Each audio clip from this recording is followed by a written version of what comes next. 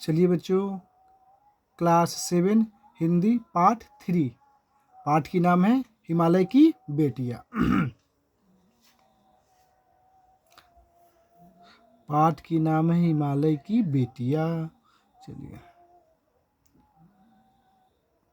नदियों को माँ मानने की परंपरा हमारे यहाँ काफ़ी पुरानी है, लेकिन लेखक नागार्जुन ने उन्हें और किन रूपों में देखते हैं। जैसे हम लोग कहानी में ही पढ़े हैं कि नागार्जुन ने उसे क्या मानते थे, माँ भी मानते थी और बहन का भी दर्जा दिया था। चलिए, उसका हम लोग उत्तर जानते हैं। नदियों को माँ मानने की परंपरा भारतीय संस्कृति में अत्यधिक पुरानी है। नदियों को माँ का स्वरूप माना गया है। नदियाँ अपने जल से माँ के समान हमारा पालन पोषण करती हैं, हमारे खेतों को सींचती है, लेकिन लेखक नागार्जुन ने उन्हें बेटी एवं बहन के रूप में भी देखते हैं। चलिए, क्वेश्चन नंबर 2, सिंधु और ब्रह्मपुत्र की क्या विशेषता बताई गई है। सिंधु और ब्रह्मपुत्र की क्या विशेषता बतलाई गई है। सिंधु और ब्रह्मपुत्र हिमालय की दो ऐसी नदियां हैं जिन्हें ऐतिहासिकता एवं महत्व के आधार पर पुल्लिंग रूप में नद भी कहा गया है। इन्हीं दो नदियों में सारी नदियों का संगम भी होता है। प्राकृतिक और भौगोलिक दृष्टि से भी इनकी महत्व है। कहा जाता है कि ये दो ऐसी नदियां हैं जो दयालु हिमालय की पिघले हुए दिल की एक एक बूंद से निर्मित हुई है। इसका रूप विशाल और विराट है। इसका रूप इतना लुभावन है कि सौभाग्यशाली समुद्र भी पर्वतराज हिमालय की इन दो बेटियों का हाथ थामने पर गर्व महसूस करता है। चलिए, क्वेश्चन नेक्स्ट 3, काका काले कर्क ने नदियों को लोक माता क्यों कहा है। चलिए, इसका आंसर जान। नदियों युगों युगों से मानव जीवन के लिए कल्याणकारी है। ये युगों से एक माँ की तरह हमारा भरण पोषण करती है। इसका जल भूमि की उर्वरक शक्ति को बढ़ाने में विशेष भूमिका निभाता है।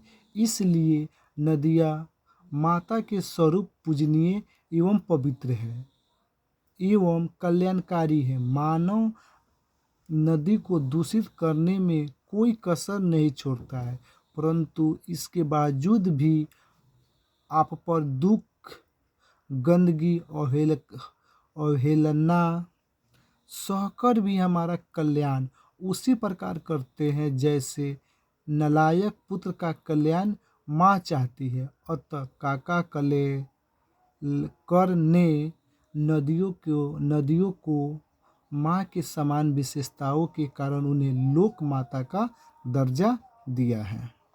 चलिए, क्वेश्चन 4, हिमालय की यात्रा में लेखक ने किन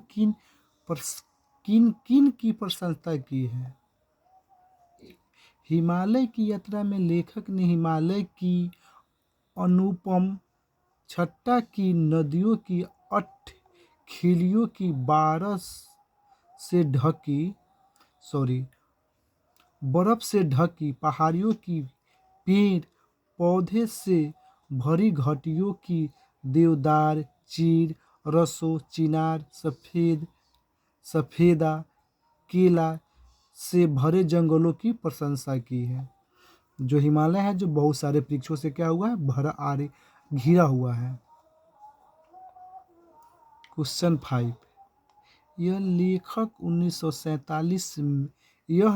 1947 में लिखा गया था जब लिखा गया था, तब से हिमालय से निकलने वाली नदियों में क्या क्या बदलाव आए हैं। यह लेख 1947 में लिखा गया था, तब से हिमालय से निकलने वाली नदियों में क्या क्या बदलाव है। चलिए, हिमालय से निकलने वाली नदियाँ अब पवित्रता और मूल रूप से प्रदूषित के कारण हो चुकी है। मैदानी क्षेत्रों में आते आते शहरों की गंदगी इस हद तक मिल जाती है कि स्वच्छता का नामो निशान मिट जाता है। गंगा यमुना जैसी नदियाँ इसका ज्वलतः उदाहरण है। देखा जाता है जो भी नदियाँ शहरों से सटा हुआ है वह क्या है, शहरों की गंदगी से दूषित हो चुका है। चलिए क्वेश्चन नंबर अपने संस्कृति शिक्षण से पूछिए कि कालिदास ने हिमालय को देव आत्मा क्यों कहा है। हिमालय ने देव हिमालय में देवताओं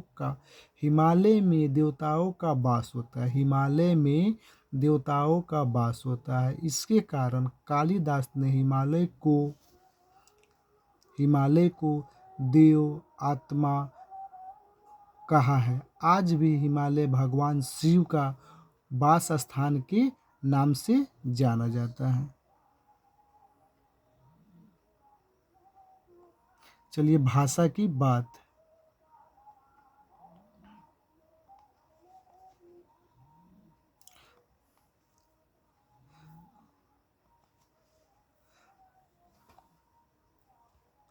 अपनी बात बताते हुए लेखक ने अपनी समानताएं प्रस्तुत की है। ऐसी तुलना से अर्थ अधिक स्पष्ट एवं सुंदर बनता है। उदाहरण